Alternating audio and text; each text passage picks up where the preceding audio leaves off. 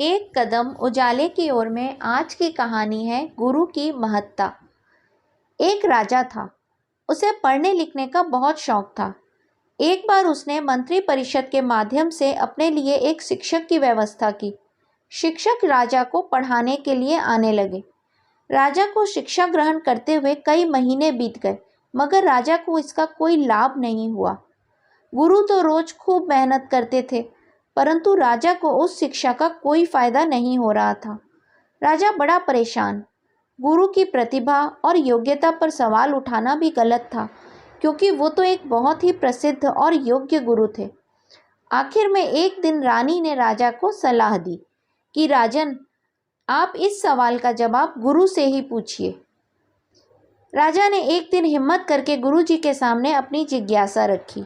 हे गुरुवर, क्षमा कीजिएगा, मैं कई महीनों से आपसे शिक्षा ग्रहण कर रहा हूँ, पर मुझे इसका कोई लाभ नहीं हो रहा है।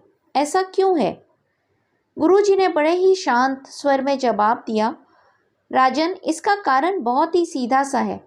गुरुवर, कृपा करके आप शीघ्र इस प्रश्न का उत्तर दीजिए। राजा ने विनती की। गुरुजी ने कहा, राजन, बात बहुत छोटी है, परंतु आप अपने बड़े होने के अहंकार के कारण इसे समझ नहीं पा रहे हैं और परेशान और दुखी हैं। माना कि आप एक बहुत बड़े राजा हैं। आप हर दृष्टि से मुझसे पद और प्रतिष्ठा में बड़े हैं, परंतु यहाँ पर आपका और मेरा रिश्ता एक गुरु और शिष्य का है।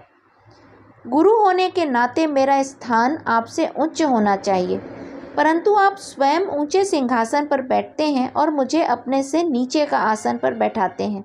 बस यही एक कारण है जिससे आपको न तो कोई शिक्षा प्राप्त हो रही है और न उसका कोई ज्ञान मिल रहा है। आपके राजा होने के कारण मैं आपसे यह बात नहीं कह पा रहा था। कल से अगर आप मुझे ऊंचे आसन पर बैठाएं और स्वयं नीचे बैठें, तो कोई कारण नहीं कि आप शिक्षा प्राप्त न कर पाएं।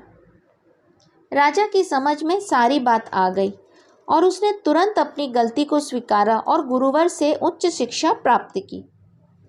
इस छोटी सी कहानी का सार यह है कि हम रिश्ते, नाते, पद या धन वैभव किसी में भी कितने भी बड़े क्यों न हों, हम अगर अपने गुरु को उनका उचित स्थान नहीं देते तो हमारा भला होना मुश्किल है। और यहाँ स्थान का अर्थ सिर्फ ऊंचा या नीचे बैठने से नहीं है। इसका सही अर्थ है हम अपने मन में गुरु को क्या स्थान दे रहे हैं, उनके प्रति हमारे मन में कितनी श्रद्धा है। क्या हम सही मायने में उनको सम्मान दे रहे हैं या स्वयं के ही श्रेष्ठ होने का घमंड कर रहे हैं? अगर हम अपने गुरु या शिक्षक के प्रति हेय भावना रखेंगे तो हमें उनकी योग्यताओं एवं अच्छाइयों का कोई लाभ नहीं मिलने वाला। और अगर हम उनका आदर करेंगे, उन्हें महत्व देंगे, तो उनका ज्ञान रूपी आशीर्वाद हमें सहज ही प्राप्त होगा। इस कहानी का संदेश मेरे दृष्टिकोण से, जब हमारे हृदय में गुरु के प्रति पूर्ण श्रद्धा और समर्पण की भावना होती है, तभी हम गुरु ज्ञान को प्राप्त करने के योग्य बनते हैं। आप कब और कैसे गुरु को समर्पित हुए, मुझसे ज़रूर शेयर कीजिए। हरि ओम।